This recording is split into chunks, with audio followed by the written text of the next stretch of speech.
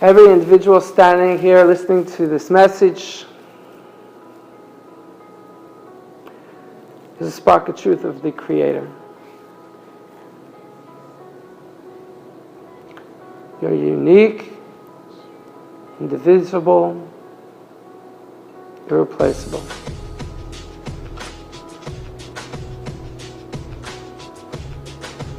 You know, it's funny that here in the material world we revere the angels.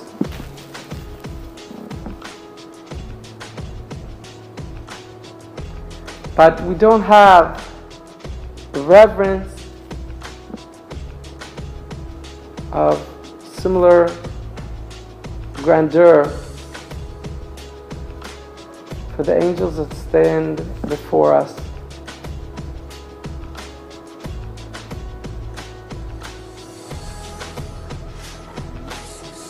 See, the only difference between the angels on high and the angels below is that the individuals below are angels that have chosen to enter into a world of contrast where the potency of their freedom would be amplified. Where everything is not black and white, but there's a lot of gray area in between. And in that soup, the individual is able to choose, and their choice is far more meaningful and far more potent. Because there's that much inertia. There's inertia against authenticity. There's inertia against service for all, rather than service for the self. And there's inertia for aspiring to the ethereal rather than the material. And in this context, when one chooses to love, that love is far more authentic than the love beyond the veil in the angelic realms, where the love is clear. There is no soup. Every individual stands in this world has an incredible angelic power, and that power is the light that they're streaming, their truth. The truth of their light is a spark, a splinter of the Creator's light. A spark of the Almighty on the front lines of creation. With that light, they can act as a creator. They can create their reality slowly, gradually, by wielding the potency and power of that eternal light. And this may sound familiar to some, and this may sound outlandish to many.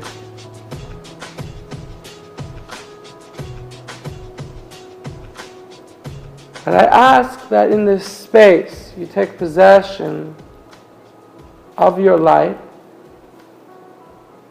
of your truth, from a space of familiarity, from a space of trust, from a space of great intimacy. And impart to you that there's a law called the law of measure for measure. Many of you may have heard this as the later incarnation called the law of attraction. Simply stated, the law states that what your heart is resonating, not what you believe. It's not what you believe, and it's not what you aspire to. It's a space, it's the music that you keep in your heart. That nature will draw to you concurrent streams to match to the frequency that you emit from your heart. So it's not about your pure intentions. It's not about your pure aspirations. It's about your space. Your space of clarity and space of grace. Measure for measure. In the biblical archetypes, they speak of two trees in the middle of the garden that Adam was placed in. And there's a tree of life. And there's a tree of knowledge of good and evil. Or as the mystics explain, there's a tree of what is and what isn't. It's a tree of virtuality. A tree of polarities.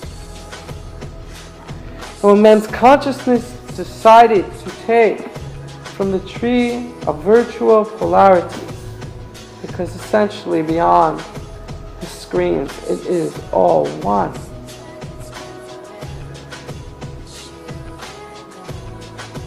And you'll say to me, how could it all be one? And I'll say to you, go look at a photographer's negative. Do they not take the picture in the reverse and develop it into the positive? Is not the total picture of all of it contained in any instant? It is all one. But we do not see it. We witness it in its opposite. We witness it in its contrast. And so, mankind cleaves to the virtualities of polarities and separateness. And in doing so, they are evicted from access to the tree of life, which is a stream of the eternal light of illumination and wisdom that is the birthright of every man.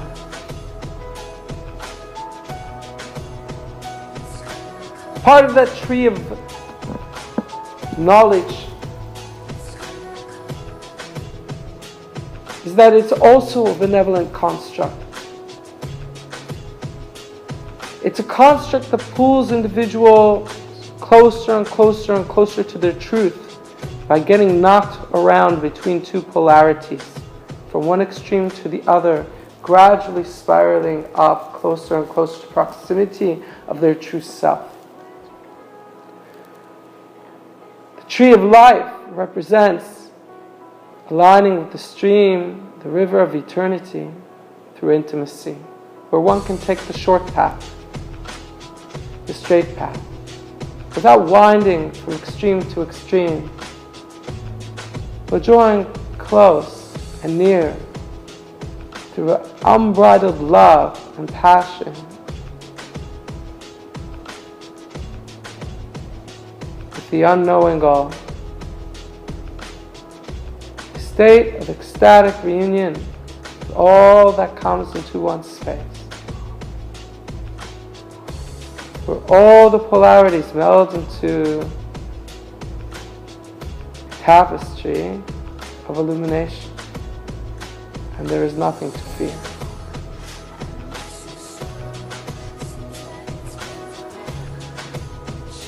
The law of measure for measure is designed that an individual, based on what they are emanating from their heart, they draw a concordant stream that manifests in their circle gradually, from spaces of creativity to spaces of form and thoughts to actualized action. It seeps into your circle of influence.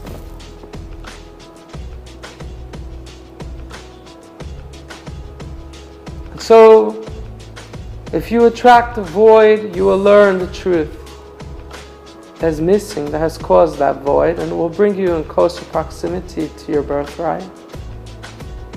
And if you attract a greater light and illumination and intimacy, you will embrace the truth of another,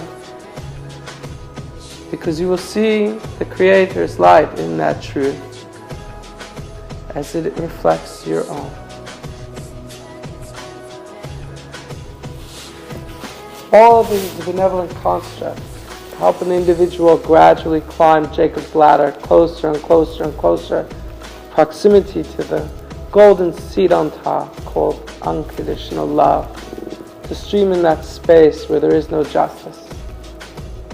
Yes, people lament there is no justice in this world, and I say to you, there is no justice in the world beyond. The justice is a facade. All are worthy. There's none that is not worthy of the greatest love and the greatest intimacy of the Creator. And every soul is climbing the lattice closer and closer and closer to that space of realization and understanding. And when they get there, they will recognize that the Creator is not outside them, but is within them. The kingdom lies within.